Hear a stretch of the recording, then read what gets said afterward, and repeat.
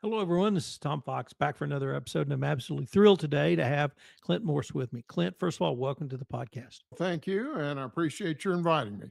Clint, could you tell us a little bit about your professional background? After college, I went to the University of Texas Law School. And after I graduated, that was during the Vietnam War, and Uncle Sam had a claim on me.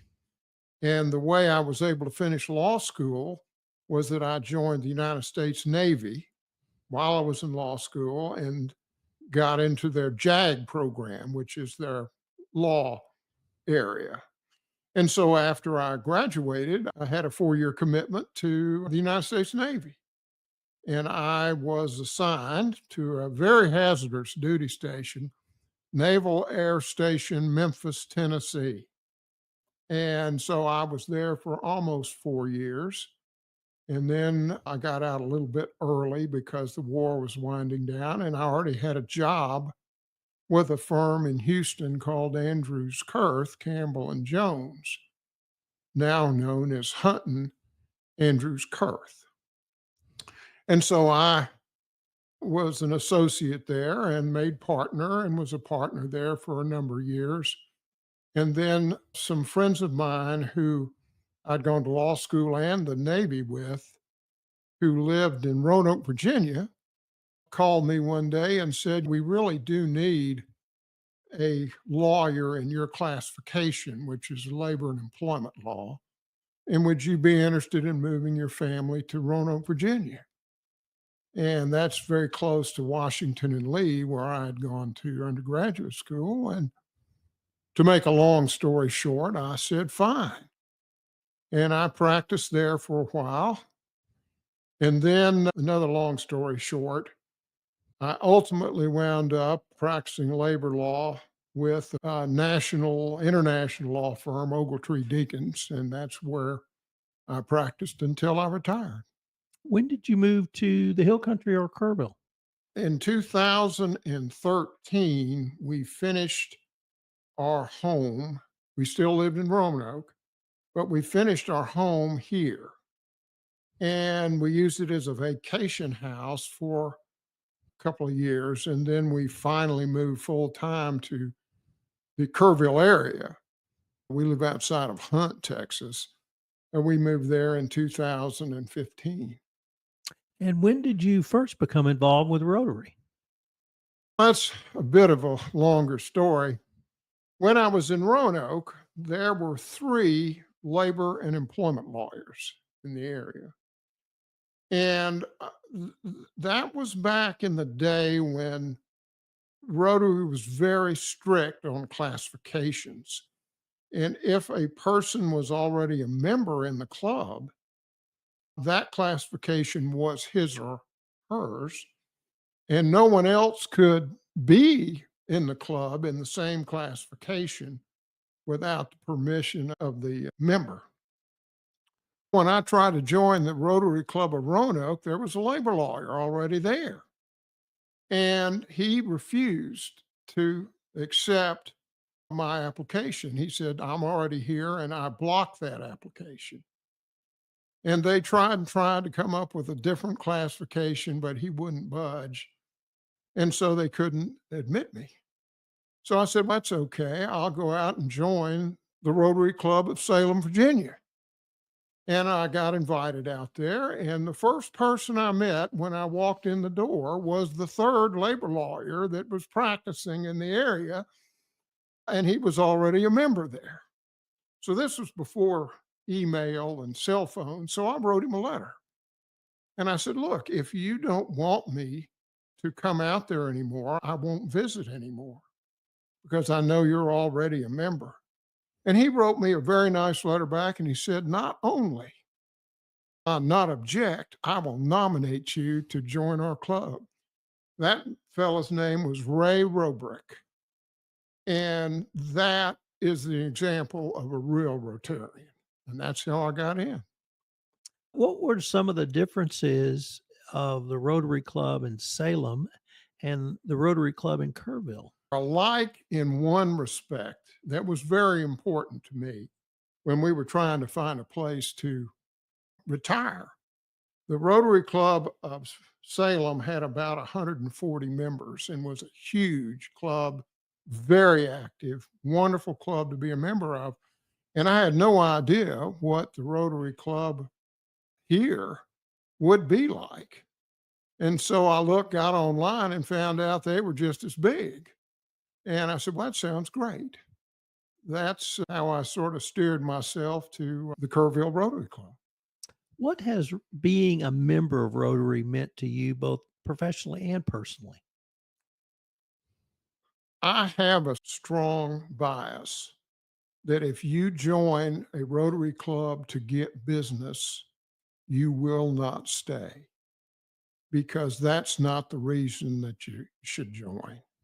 And people who think they're going to attract business and that's the only reason they join, they don't stay.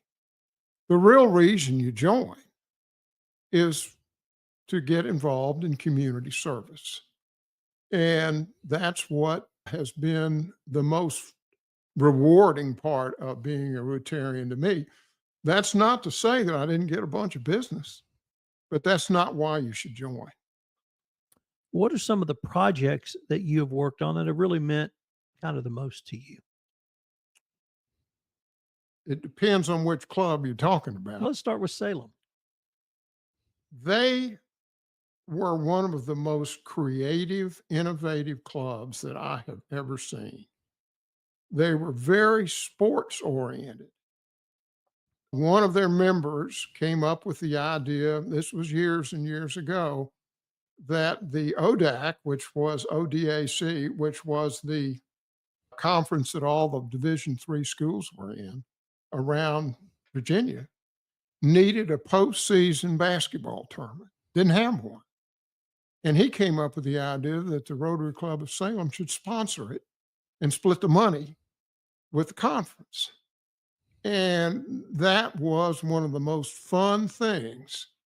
And we made a ton of money and it was fun. You didn't have to go sell brooms or things like that. It was just a whole lot of fun. Then somebody else came up with the idea that the club should sponsor an award given to the outstanding male and female Division III basketball players in the United States.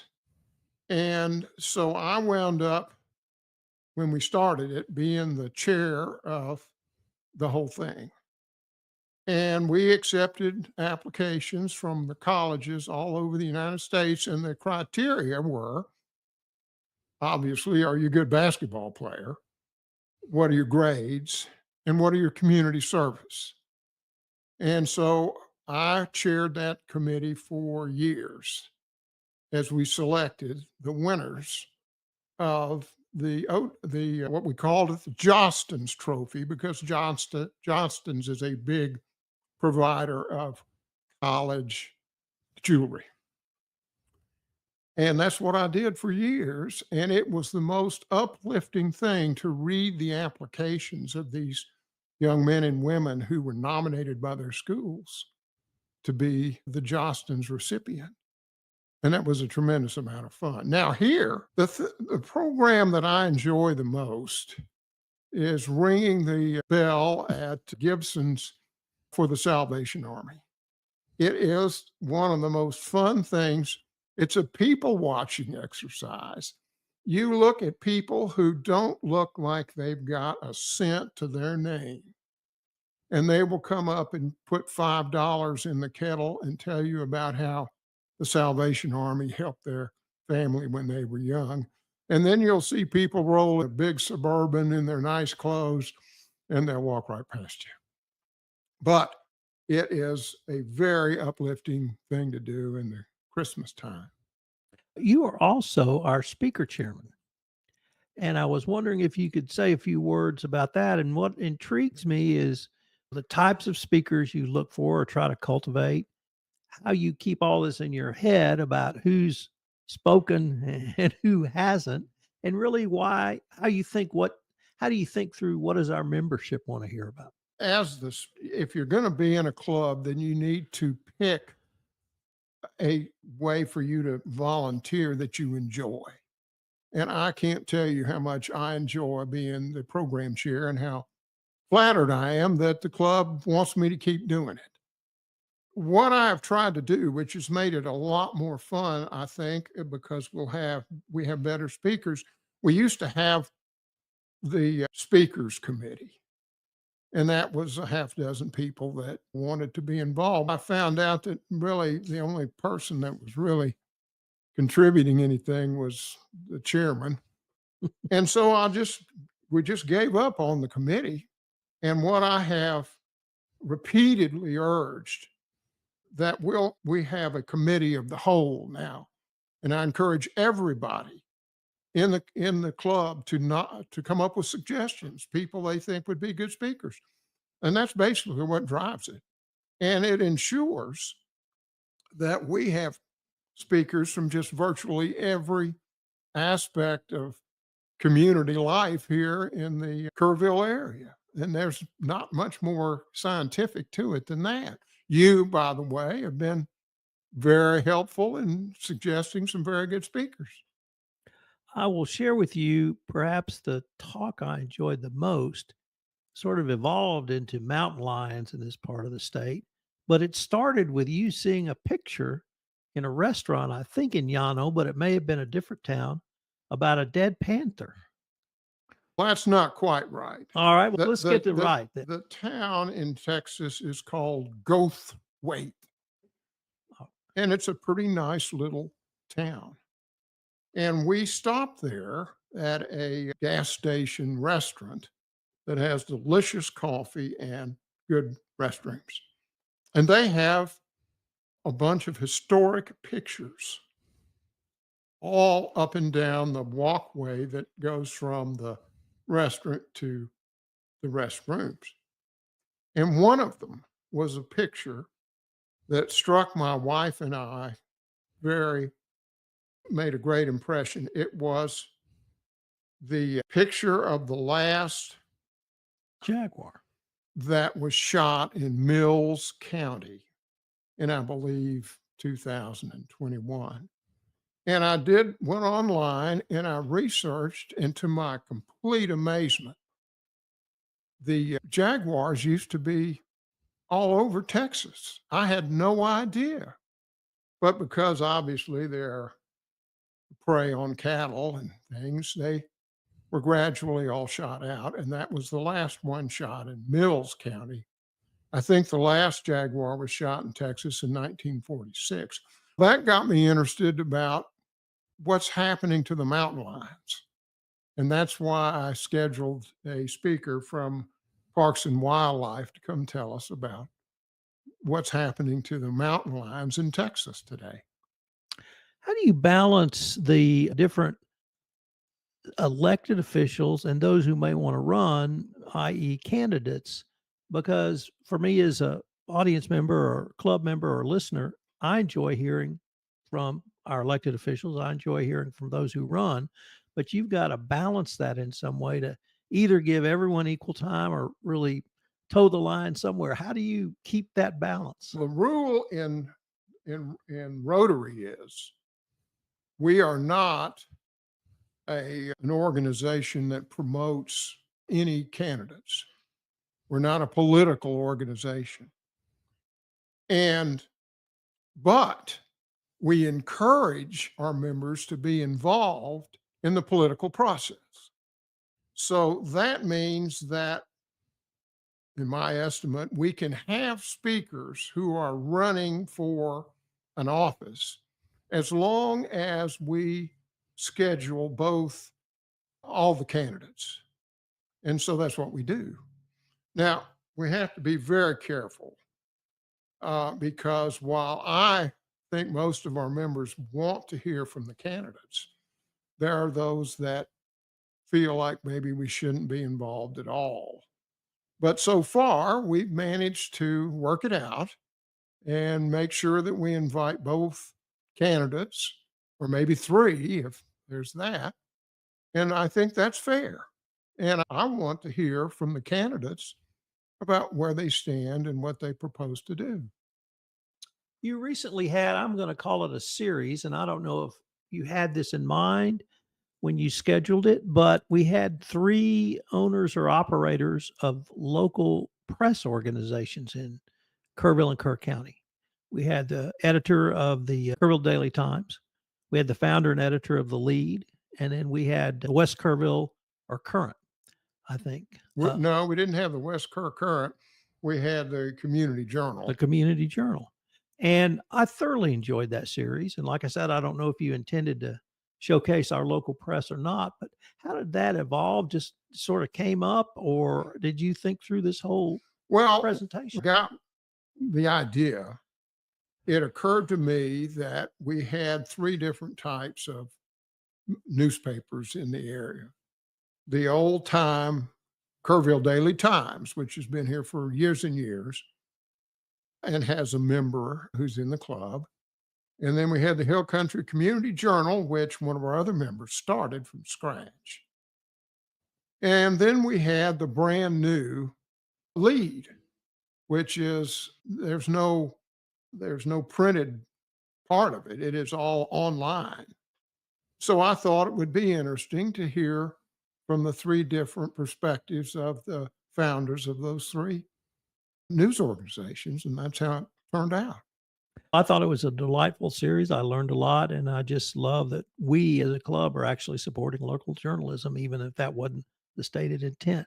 Maybe let me end this segment by asking, what are 1 or 2 of the speakers that for you really stand out? I mentioned the one about the mountain lions. That was the one that struck me, probably because the speaker was so great, but also I knew nothing about the topic until you told your story about how the talk came to pass for our club. But what are maybe 1 or 2 of the ones that really you enjoyed the most?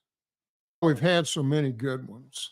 And let me just say, sort of a funny answer to your question. Sometimes I schedule speakers that I have some doubts about. And it is incredible to me how often these speakers that I have some doubts about turn out to be the best programs that we have.